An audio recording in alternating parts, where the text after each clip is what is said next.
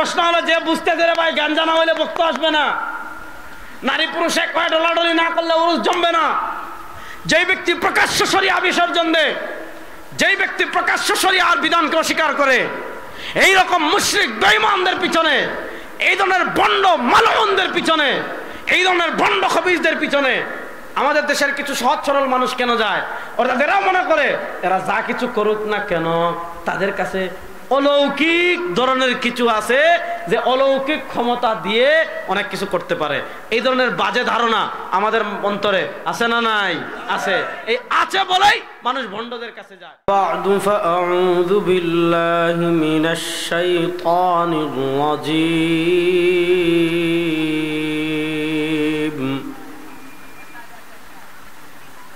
বিসমিল্লাহির রহমানির রহিম।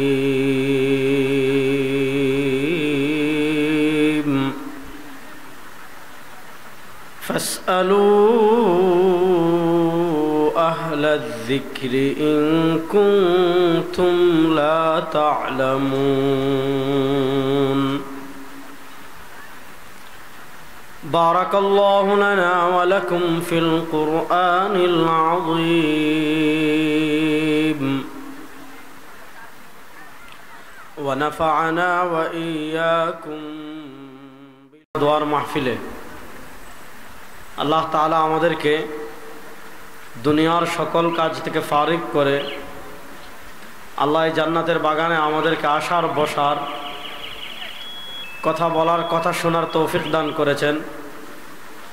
আমরা সবাই একবার আল্লাহ রাব্বুল ইজ্জত ওয়াল জালালের দরবারে মন প্রাণ খুলে উচ্চ আওয়াজে সবাই একবার কালেমাতুশ শুকর পড়ছি, আলহামদুলিল্লাহ। একটু জোরে বলেন না, কি প্রেম, মন প্রাণ খুলে বলেন না একবার আলহামদুলিল্লাহ। মাশাআল্লাহ। আসরের পর থেকে আলোচনা চলছে। গত বছর ভাইরা আমাকে দাওয়াত করেছিলেন, আমার এখন মনে পড়ছে না কি একটা গুরুত্বপূর্ণ কাজের কারণে আমি আসতে পারি নাই। হ্যাঁ, একটা গুরুত্বপূর্ণ মিটিং ছিল আমাদের বায়তুল মুকাররমের খতিব নিয়োগ ইস্যুতে। তো ভাইদেরকে ওয়াদা করেছিলাম এবছর আসবো, আপনাদের সামনে হাজির হয়েছি। খুব লম্বা চড়া কথা বলবো না। আমরা প্রথম যে বিষয়ে কথা বলবো সেটা হলো আমাদের বিশ্বাসের একটা গুরুত্বপূর্ণ পার্ট হলো আমরা বিশ্বাস করি এই পৃথিবী একদিন না একদিন ধ্বংস হয়ে যাবে। পৃথিবী একদিন না একদিন কি হয়ে যাবে? ধ্বংস হয়ে যাবে। আমাদের পরিভাষায় যেটাকে আমরা বলি কিয়ামত, এবং পৃথিবী ধ্বংস হয়েই কাজ শেষ না। এই ধ্বংসের পরে পুনরুত্থান, আরবিতে পরে বাস, আবার আমরা উঠব, আমাদের হিসাব হবে, তারপর গন্তব্য দুইটা, হয় জান্নাত না হয় জাহান্নাম। এই দুইটা ছাড়া তৃতীয় আর কোনো কি নাই, গন্তব্য নাই। কুরআনুল কারীমে আল্লাহ তাআলা পৃথিবী ধ্বংসের চিত্রকল্প বর্ণনা করেছেন। মানে এমনভাবে বর্ণনা করেছেন মনে হবে যে আল্লাহ আমাদের চোখের সামনে চিত্র তুলে ধরেছেন। ইদাস সামাউ শাক্কাত, ইদাস সামাউ ফাতারাত। আল্লাহ তাআলা আসমান কেমনে ভেঙে যাবে, টুকরা টুকরা হয়ে যাবে, আল্লাহ তাআলা সেই চিত্রকল্প বর্ণনা করছেন। ইদাস সামাউ ফাতারাত। সমুদ্র, ওয়া ইদাল বিহার ফুজ্জিরাত ওয়া ইদাল বিহার সুজ্জিরাত। আল্লাহ সমুদ্র শুকিয়ে যাওয়ার, সমুদ্র নাই হয়ে যাওয়ার চিত্রকল্প বর্ণনা করছেন।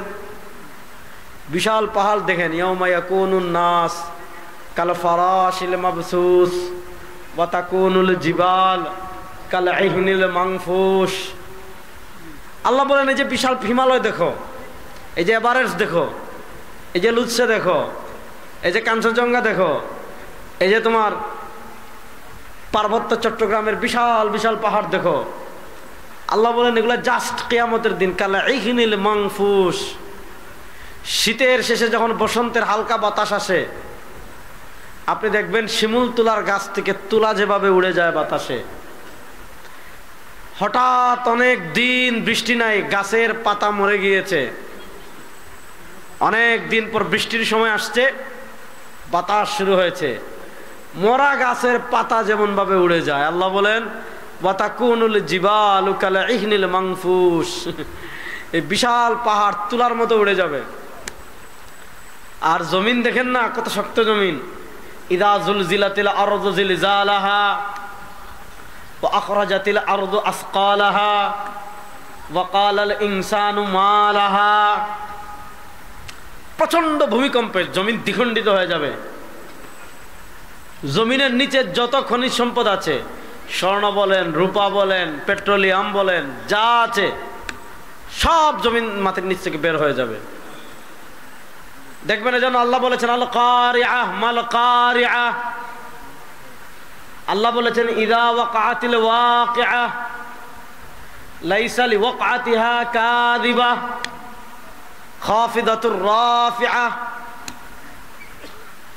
আমাদের ইমানের একটা মৌলিক পাঠ, কিয়ামত আছে না নাই? বলেন, আমাদের ইমানের একটা মৌলিক পাঠ, কিয়ামত আছে না নাই? আচ্ছা বলেন, কেউ যদি কিয়ামত বিশ্বাস না করে, কেউ যদি বলে আমি কিয়ামত বিশ্বাস করি না, তার ইমান থাকবে? থাকবে না। কারণ এই এক কথার দ্বারা কোরআনুল কারীমের শত শত আয়াতকে অস্বীকার করা হবে। আর কোরআনুল কারীমের একটা আয়াতকে কেউ যদি অস্বীকার করে, তার ইমান থাকবে? ইমান থাকবে না। এবার আসেন, আপনারা নাঙ্গলকোটের মানুষ ঘুমাইছেন। নাঙ্গলকোটে তো পীর ফকিরের অভাব নাই, মাশাআল্লাহ। নাঙ্গলকোটের এক পীর আছে, ওনার বক্তব্য দেখলাম, উনি যুক্তি দিচ্ছে যে রোজা কেন রাখবেন? রোজা নাই কেন নাই? যে আপনি যদি ক্ষুধার্ত থাকেন, তাহলে পেটে খিড়া আছে, কৃমি আছে, এগুলার কষ্ট হবে, ঠিক আছে না? তা আল্লাহর মাখলুকাতকে আপনি কষ্ট কেন দিবেন? আপনি রোজা রাখবেন না। তা আপনাদের নাঙ্গলকোটের পীরের বক্তব্য দেখলাম, উনি বলছে গাঞ্জা খাওয়া জায়েজ। আচ্ছা যুবকরা বলেন তো, গাঞ্জা খাওয়া হালাল না হারাম? জোরে বলেন। এটাতে ফতোয়ারও তো একটা সিস্টেম আছে। কেউ যদি বলে নামাজ পড়া হারাম, সারা দুনিয়ার মানুষ বলবে তার মাথার সমস্যা, এটা ছেড়ে দেন। তো এরকমই তো একটা হাস্যকর ফতোয়া যে গাঁজা খাওয়া হালাল। আশ্চর্য! এরকম বিশাল মুফতি আপনাদের এলাকায় বসবাস করে, এটা তো আপনাদের জন্য অনেক কিছু। এই জমিন যে টিকে আছে, যে এটা তো আল্লাহর খাস মুজিজা। কারণ এত বড় পীরে নিয়ে তো এই জমিন টিকে থাকার কথা না, জমিন ধসে যাওয়ার কথা। দলিল কি? দলিল দিছে যে গাজার গাছ তো দুনিয়ার কেউ চাইলে বানাতে পারবে না। আপনি চাইলে গাজার গাছ বানাতে পারবেন না। গাজার গাছ এটা তো কেউ দুনিয়ার কেউ সৃষ্টি করে নাই। সব কিছুর সৃষ্টিকর্তা যেহেতু আল্লাহ, তাহলে গাছটাও তো আল্লাহ সৃষ্টি করছেন। আল্লাহ সৃষ্টি করলে সমস্যা নাই, আমরা খাইতে সমস্যা কি? এই হলো যুক্তি। কি দারুণ যুক্তি! দেখেন, কুকুর যেমন মুগুর তেমন, তারে আপনি এখানে কোরআন হাদিসের ওয়াজ করার দরকার নাই। ঠিক আছে, গাজার গাছ আপনি বানান নাই, দুনিয়ার কেউ বানাতে পারবে না। এজন্য যেহেতু এটা আপনি বলছেন আল্লাহ সৃষ্টি করছেন, আপনি খাইতে চাচ্ছেন। ছোট বাচ্চার পায়খানা দুনিয়ার কেউ সৃষ্টি করতে পারবে না। কুত্তার গু দুনিয়ার কেউ সৃষ্টি করতে পারবে না। বান্দরের গু দুনিয়ার কেউ সৃষ্টি করতে পারবে না। এখন যেই যুক্তি দিয়ে আপনি গাঁজা খেতে চাচ্ছেন, ওই যুক্তি দিয়ে যদি আপনি এই জিনিসগুলা খাইতে পারেন, তাহলে বোঝা গেল আপনার যুক্তি ঠিক আছে। আর যদি এই জিনিসগুলা দিয়ে আপনি এগুলা খাইতে না পারেন, বুঝবেন এর মাথা আপাতমস্তক শয়তানে ভরে গেছে। এখন মনে করেন আপনার নাঙ্গলকোটের পীর ঘুমাইছে, আর ঘুম থেকে উঠে দেখবে আসমান ধ্বংস হয়ে যাচ্ছে, ইসরাফিল বাঁশি বাজানো শুরু করছেন। একজন বলছে না আমাদের দেশে দলিলে শেষ নাই। একজন বলছে এই মোল্লারা বলে আপনাদের নাঙ্গলকোটেরই পীর, বুঝছেন? এই মোল্লারা বলে গান বাজনা এগুলা হারাম। তাইলে গান বাজনা যদি হারাম হয়, তাইলে ইসরাফিল কিয়ামতের সময় কেন সিংহা বসাবেন? গানের দলিল বুঝেন নাই? আরেকজনের দলিল দিছে যে আল্লাহ তো জান্নাতে মদের নহর বানাই রাখছেন, জান্নাতে খাইতে হইলে তো আগে দুনিয়াতে একটু ট্রাই করে যেতে হবে, এজন্য মদ খাচ্ছি। এ হলো আমাদের দেশের দলিলের লেভেল। আল্লাহ তাআলা এই শয়তানের শয়তানি থেকে আমাদের প্রজন্মকে হেফাজত করুক, সবাই বলেন আমিন। আমি যে জিনিসটা বলতে চাচ্ছিলাম ভালো করে বুঝেন। মনে করেন আমরা একদিন সবাই ঘুমাইছি, আর ঘুম থেকে উঠে দেখবো যে ইসরাফিল সিংহা বাজানো শুরু করেছেন, ওই পাহাড় উড়ে যাচ্ছে, জমিন ফেটে যাচ্ছে, আসমান ছিদ্র হয়ে যাচ্ছে। এইভাবে হঠাৎ করে একদিন আল্লাহ পৃথিবী ধ্বংস করবেন না। ধীরে ধীরে ধীরে ধীরে ধীরে ধীরে একটার পর একটা ঘটনা ঘটিত হবে, একটার পর একটা বিষয় সংঘটিত হবে, একটার পর একটা আলামত প্রকাশিত হবে। আস্তে আস্তে আস্তে আস্তে আস্তে আস্তে পৃথিবী ধ্বংসের দিকে এগিয়ে যাবে। তো পৃথিবীর সূর্য অস্তমিত হওয়ার যখন শেষ সময় চলে আসবে, পৃথিবী ধ্বংসের যখন একেবারে চূড়ান্ত বিষয় সংঘটিত হয়ে যাবে, মানে পৃথিবীর সময় একেবারে শেষ দিকে যখন চলে আসবে, অর্থাৎ পৃথিবীর সাকরাত যখন চলে আসবে, পৃথিবী ধ্বংসের যখন শেষ প্রান্তে চলে আসবে, তখন পৃথিবীতে গুনে গুনে 11টা বিষয় সংঘটিত হবে। কয়টা বিষয় সংঘটিত হবে? সবাই একটু কথা বলতে হবে আমার সাথে। কয়টা বিষয় সংঘটিত হবে? এই 11টা বিষয়কে বলা হয় আশরাতুস সাআতিল কুবরা। কিয়ামতের 11টা বিষয়, এগুলাকে বলা হয় কিয়ামতের বড় বড় আলামত। ইমাম মুসলিম রাহিমাহুল্লাহ মুসলিম শরীফ একটা হাদিস এনেছেন। আল্লাহর নবী সাল্লাল্লাহু আলাইহি ওয়াসাল্লাম মসজিদে একদিন দেখলেন, মসজিদে নববীতে সাহাবায়ে কেরাম রিদওয়ানুল্লাহি আলাইহিম আজমাইনের একটা জামাত বসে কি আলোচনা করছেন। সাহাবায়ে কেরাম রিদওয়ানুল্লাহি আলাইহিম জিজ্ঞাসা করলেন, সাহাবায়ে কেরাম রিদওয়ানুল্লাহি আলাইহিম আজমাইনকে নবী করিম সাল্লাল্লাহু আলাইহি ওয়াসাল্লাম জিজ্ঞাসা করলেন, মা তাতাযাকারু ইয়া আসহাবি, ও আমার সাহাবায়ে কেরাম, তোমরা বসে কিসের আলোচনা করছো? অর্থাৎ কেউ নাই, তোমরা মসজিদে বসে বসে কি আলোচনা করছো? মনোযোগ। সাহাবায়ে কেরাম বলেন, ইয়া রাসূলুল্লাহ ইন্না নাযকুরুস সাআ। কুরআনুল কারীম খুললে খালি কিয়ামতের কথা, হাদিস খুললে খালি কিয়ামতের কথা, আপনার কাছে বসলে খালি কিয়ামতের বার্তা দেন। আপনার কাছে কোরআনের যত আয়াত আসে ঘুরে ফিরে দেখি খালি কিয়ামতের কথা।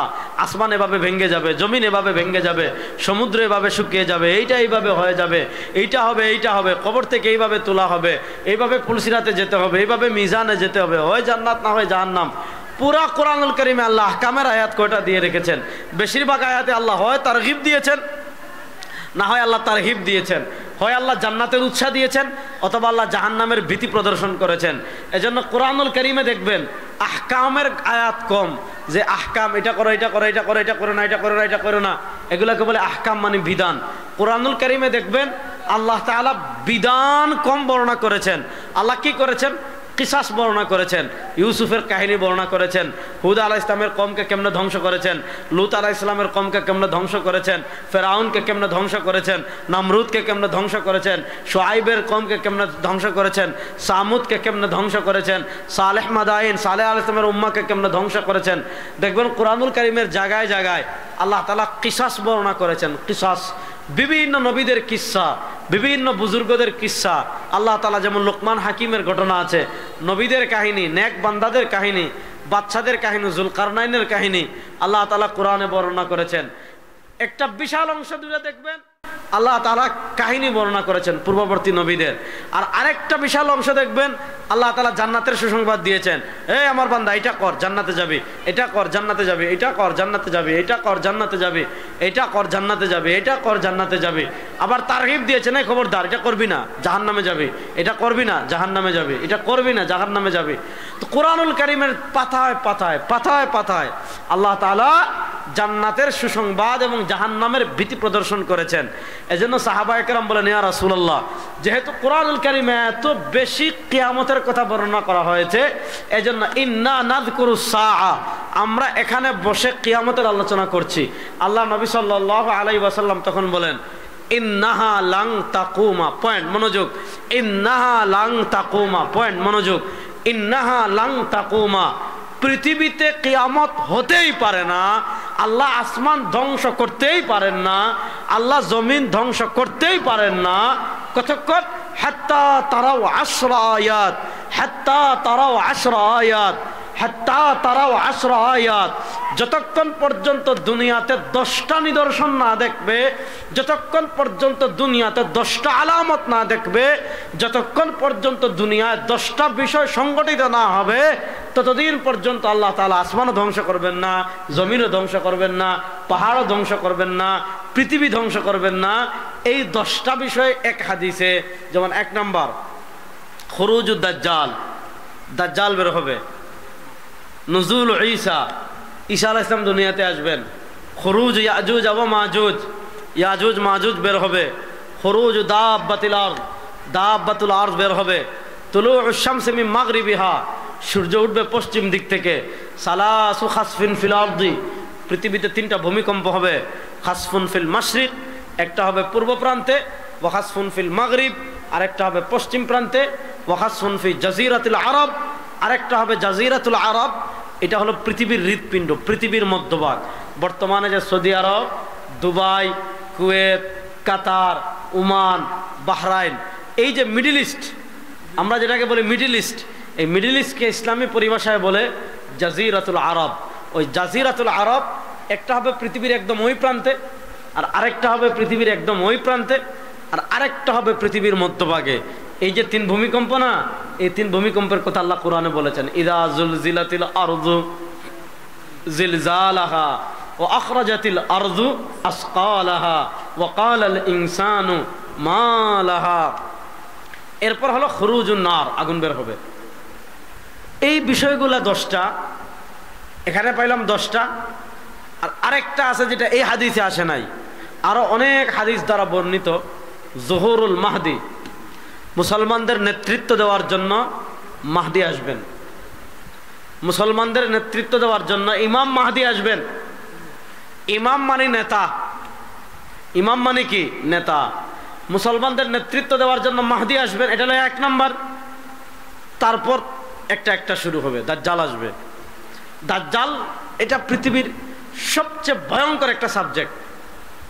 এই উম্মাহ ঈমান কেন্দ্রিক এতটা সংকটে কখনো পড়ে নাই, সামনেও পড়বে না। মনোযোগ, শুধু এই উম্মাহ না, পৃথিবীর ইতিহাসে যত নবী রাসূল দুনিয়াতে আসছেন, আল্লাহ নবী সাল্লাল্লাহু আলাইহি ওয়াসাল্লাম বলেন, মা মিন নাবিয়্যিন ইল্লা ওয়াকাদ আনযারা কওমাহুল আ'ওয়ারাদ দাজ্জাল।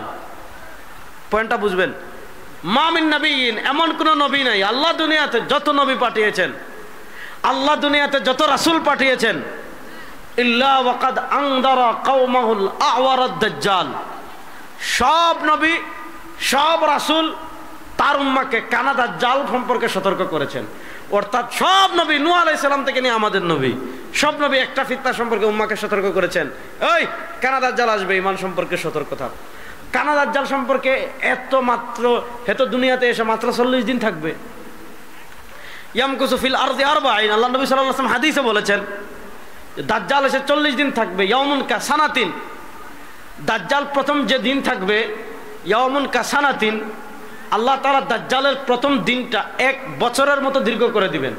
অর্থাৎ আমাদের 1 বছর পাড়ি দিতে যতক্ষণ লাগে, আজকে হলো আপনার 12 অক্টোবর, আগামী 12 অক্টোবর পর্যন্ত এই 1 বছর যেতে যত সময় লাগে, দাজ্জাল দুনিয়াতে আসার পর প্রথম 1 দিন যেতে এতক্ষণ লাগবে। অর্থাৎ আল্লাহ 1 দিনকে 1 বছর পরিমাণ দীর্ঘ করে দিবেন। প্রথম দিন ইয়াউমুন কা শাহরিন, দ্বিতীয় দিনকে আল্লাহ তাআলা 1 মাসের মতো দীর্ঘ করে দিবেন।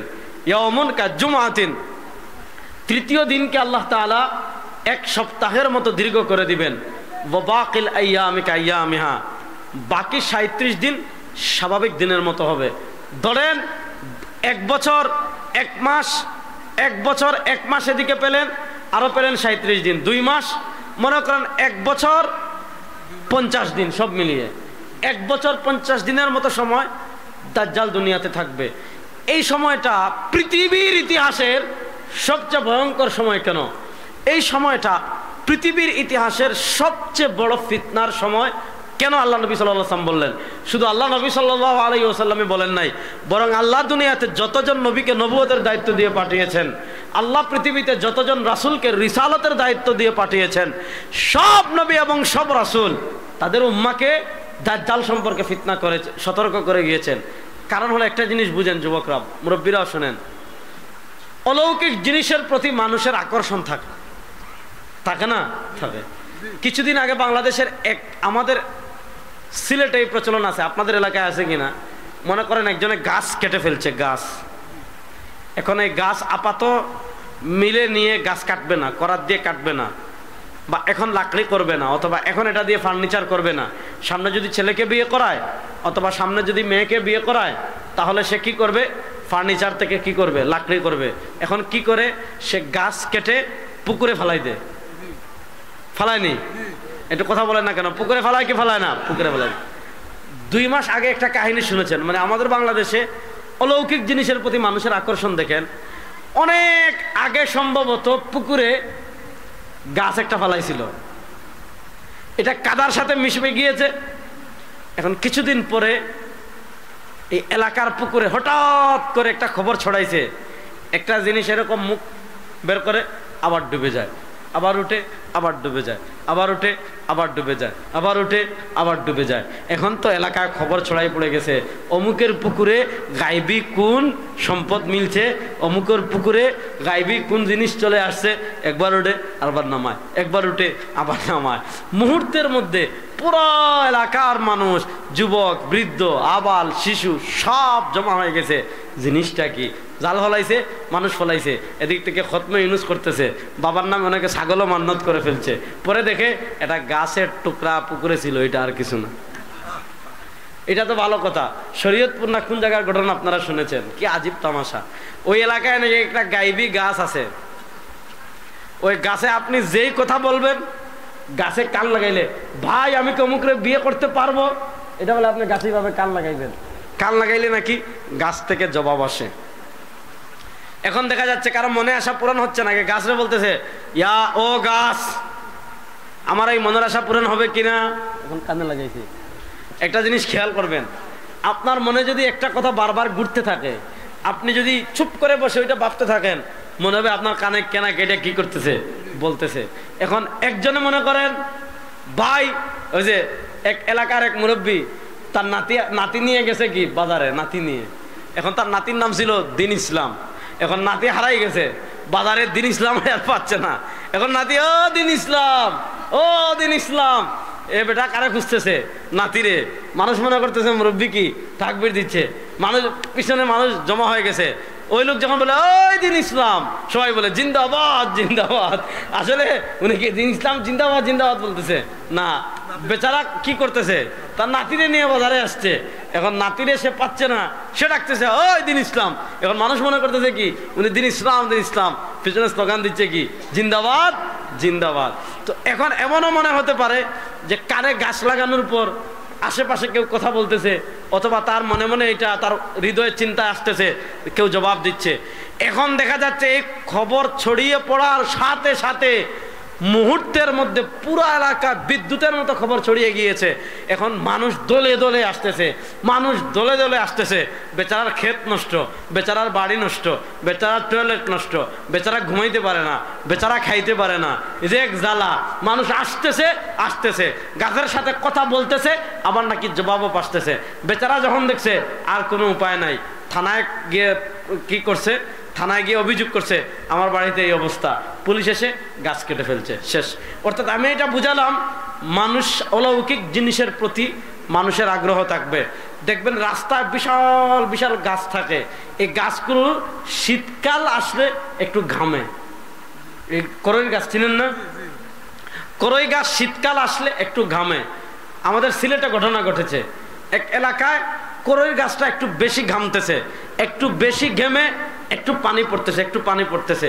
আশেপাশের এলাকায় খবর গিয়েছে অমুকের বাড়িতে একটা কুদরতি গাছ আছে, এটা থেকে ঝর্ণার মতো পানি পড়ে, এই পানি যে খাবেন তার মনের আশা পূরণ হবে, ক্যান্সার ভালো হয়ে যাবে, এইটা হয়ে যাবে। এখন কেউ ছাগল নিয়ে, কেউ ডিম নিয়ে, কেউ মোমবাতি নিয়ে, কেউ ডাইল নিয়ে, এমনভাবে বেচারার বাড়ি আবার শুরু হয়েছে।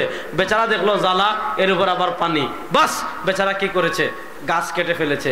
এই জন্য আমি বললাম, মানুষ অলৌকিক বিশ্বাস করে বলেই, অলৌকিকতা মানুষ বিশ্বাস করে বলেই চাঁদপুরের মতলব এখান থেকে বেশি দূরে না। চাঁদপুরের মতলবে গেলে দেখবেন আছে ল্যাংটা বাবার আস্তানা। আচ্ছা বলেন, যে ল্যাংটা থাকে এটা পীর না জানোয়ার? জোরে জোরে বলেন। যে ল্যাংটা থাকে এটা পীর না জানোয়ার? যেটা নেশা করে এটা পীর না জানোয়ার? এগুলা জানোয়ার বলা মানে জানোয়ারকে অপমান করা। আপনাদের নাঙ্গলকোটে এক পীর আছে, কি হিয়াজুরি না কি জানি নাম, যে বলছিল আমার মরণকালে ডুলবাসী বাজাইও, সে বলছে কি যে যিনি মুর্শিদ তিনি খুদা। এ ধরনের জঘন্য কথাবার্তা। এই যে ল্যাংটা বাবা আপনাদের দেখলাম কুমিল্লায় ওই পারে, নাঙ্গলকোটে না, খালি নাঙ্গলকোটে দুষ্কোয়া ঠিক না, ওইদিকে দেখলাম এক পীর আছে, পীরের নাম হলো বিড়ি বাবা। কি বাবা? যোগরা কথা বলে না, কি বাবা? তো বিড়ি বাবার কাজ কি? কারো ক্যান্সার হয়েছে, আলসার হয়েছে, এরপরে হলো টিউমার হয়েছে, বড় রোগ হয়েছে, আপনি বাবার কাছে আসবেন। বাবার কাছে আসার পর 20 টাকা দিয়ে 2 বাত বিড়ি কিনবেন। 2 বাত বিড়ি কেনার পর বাবার এখানে দাঁড়িয়ে একটার পর একটা বিড়ি খাবেন। বাবা যখন বলবে শেষ, আপনার অভিযান শেষ, কিছুদিনের ভিতর আপনার ক্যান্সার ভালো হয়ে যাবে। এগুলো আমাদের দেশের ভণ্ডরা বলে। প্রশ্ন হলো, যে আপনাকে বিড়ি খাইয়ে ক্যান্সার কমিয়ে দেওয়ার কথা বলতেছে, তার নিজের শ্বাসকষ্ট আছে, এই জন্য সে প্রত্যেক দিন সকালে ইনহেলার নেয়, প্রত্যেক দিন বিকালে ইনহেলার নেয়। আল্লাহ তো আমাদের মানুষের মাথায় গোবর দেয় নাই। দুনিয়ার এমন কোনো মানুষ নাই, চিকিৎসা বিজ্ঞান জীবনে কথা বলে নাই যে অমুকের মাথায় গোবর পাওয়া গিয়েছে। না, আল্লাহ তাআলা দুনিয়ার সব মানুষের মাথায় মগজ দিয়েছে। প্রশ্ন হলো, সব মানুষের মাথায় আল্লাহ তাআলা মগজ দেওয়ার পরও সে দেখতেছে এই পীর নিজে সুস্থ হওয়ার জন্য ঔষধ খায়, নিজে সুস্থ হওয়ার জন্য ইনহেলার নেয়, তারপরও ক্যান্সার থেকে বাঁচার জন্য কেন তার কাছে বিড়ি খাইতে যায়? যেই লোকটা সর্বক্ষণ ন্যাংটা থাকে, ওইটা যদি পীর হয়, শয়তানের দোষ কি? যেই লোকটা সর্বক্ষণ ল্যাংটা থাকে, যেই লোক নিজের ভিতর শরীয়ত নাই, পর্দা নাই, নামাজ নাই, রোজা নাই, হজ নাই, যাকাত নাই, ওযু নাই, গোসল নাই, শরীয়ত নাই, গাঁজা খায়, গাঁজা খাইতে খাইতে মুখ থেকে কুত্তার শরীরের গন্ধ আসে, এরকম বন্ড যে লোক কুকুরের চারে নিকৃষ্ট, এই সকল খবিসদের কাছে মানুষ কেন তার মনের আশা পূরণের জন্য যায়? আপনি যান ঢাকায় যান, গুলিস্তানের পাশে গেলে দেখবেন গোলাপ শাহ মাজার, মানে শরীর থেকে এমন বিশ্রী গন্ধ আসে, পাটার গন্ধ এর চেয়ে ভালো, এরকম গন্ধ। কারণ গোসল করছে না, 2-3 মাস হয়ে গেছে। আপনারা আমার কথা বুঝতে পারতেছেন? গোসল করতেছে না, 2-3 মাস হয়ে গেছে। এদিকে মুছ বড় হইতে হইতে আর মুছে গাঞ্জার লাগতে লাগতে মনে হচ্ছে কি কম, মানে কোনো শব্দই নাই। এখন শব্দ মানে গালি দেওয়া, গালি দেওয়া তো জায়েজ নাই, বুঝেন নাই? এরকম মানে মুছ লম্বা হয়ে এই পর্যন্ত চলে আসছে, দাড়ি জট, চুলে জট, হাতে বিড়ি,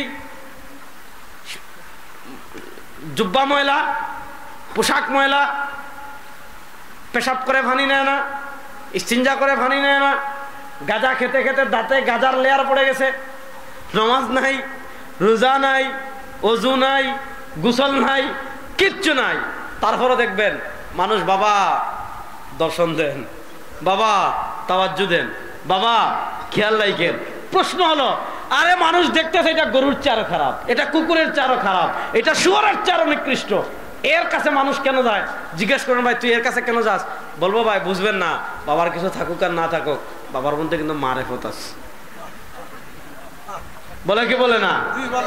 বাবার ভিতর কি আছে? মা, এই বাবার ভিতর অলৌকিক মারেফত আছে, এটা বিশ্বাস করে বলেই তো ল্যাংটার কাছে যায়।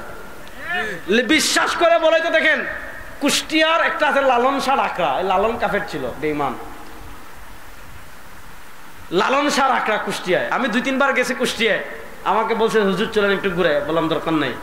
ওখানে যারা গেছে তাদের থেকে শোনা, আপনি লালনের যখন উরুস হয় তখন আপনি পাশে গেলে, যেমন আমাদের সিলেটের অভিজ্ঞতা আমার আছে, যখন শাহজালাল মুজাররদ আমাদের মাজারে 3 দিন ব্যাপী উরুস হয়, উরুসের পরের দিন দরগার আশেপাশে আপনি যাইতে পারবেন না, এই পরিমাণ গাজার গন্ধ।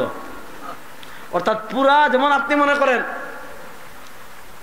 মনে করেন আমাদের এলাকায় যদি কারো বাড়িতে ভিআইপি খাবার হয়, আজকে বিয়ে উপলক্ষে, তাহলে আসরের পর যখন বিয়ে শেষ, আশেপাশে গেলে গোস্তের জুলের গ্রান, তারপর হলো রুস্টের গ্রান, তারপর হলো পুরা গোস্ত যেটা মশলা বেশি দিয়েছিল। আর আমাদের দেশের মানুষ তো জন্মগতভাবে ঠকানোর অভ্যাস, তো এমনি সে ভালো ভাত খায়, বিয়ের দিন আয়োজন করে বিশাল, কিন্তু মানুষ যাতে খাইতে না পারে এজন্য ভাতে কি মাইরা দেয়, মেডিসিন মাইরা দেয়, খুব গ্রান হবে, কিন্তু আপনি 2-3 খামড় খাওয়ার পর আর গিলতে পারবেন না। আছে না? না, এগুলো সব আমাদের দেশে আছে, বুঝছেন? বলবো বেআই সাহেব বাতে কি মারেন, মারে মেডিসিন, দেখবে কি চুকচক সুন্দর, প্রথম 2 কামড় খুব ভালো, পরে আর হজম হবে না, আনেজি লাগবে, এবার কুক খান, ঔষধ খান, কত সমস্যা আমাদের দেশে। তো শাহজালালের মাজারে যখন 3 দিন ব্যাপী উরুস হয়, যেদিন মোনাজাত হয় কিনা তো আমি জানি না, পর এর কয়েকদিন আপনি আশেপাশে যাইতে পারবেন না, এই পরিমাণ গাঁজার গন্ধ। তো এবার এসে আমাদের অন্তর্বর্তীকালীন সরকার কুষ্টিয়া লালনে যারা গাঁজা খায়, মাজার কমিটিকে ডাকছে যে নেশা করা তো অপরাধ, মাদক খাওয়া তো আমাদের দেশে অপরাধ, এটাকে তোমরা মাদকের অভয়ারণ্য বানিয়ে ফেলেছো, এখানে এইভাবে ওপেনলি মাদক খাওয়া হচ্ছে, এইভাবে তো এটা চলতে পারে না। সে বলছে, এই প্রশাসক সাহেব, যদি গাঞ্জা বন্ধ করেন আমাদের এখানে তো কোনো বক্তই আসবে না। তাহলে প্রশ্ন হলো, যে বুঝতে দেরে ভাই গাঞ্জা না হলে বক্ত আসবে না, নারী পুরুষে কয় ডলাডলি না করলে উরুস জমবে না, যেই ব্যক্তি প্রকাশ্য শরিয়া বিসর্জন দেয়, যেই ব্যক্তি প্রকাশ্য শরিয়ার বিধানকে অস্বীকার করে, এইরকম মুশরিক বেঈমানদের পিছনে, এই ধরনের ভণ্ড মালউনদের পিছনে, এই ধরনের ভণ্ড খবিসদের পিছনে আমাদের দেশের কিছু সহজ সরল মানুষ কেন যায়? এরাও মনে করে এরা যা কিছু করুক না কেন তাদের কাছে অলৌকিক ধরনের কিছু আছে, যে অলৌকিক ক্ষমতা দিয়ে অনেক কিছু করতে পারে। এই ধরনের বাজে ধারণা আমাদের অন্তরে আছে না নাই? আছে। এই আছে বলেই মানুষ ভণ্ডদের কাছে যায়।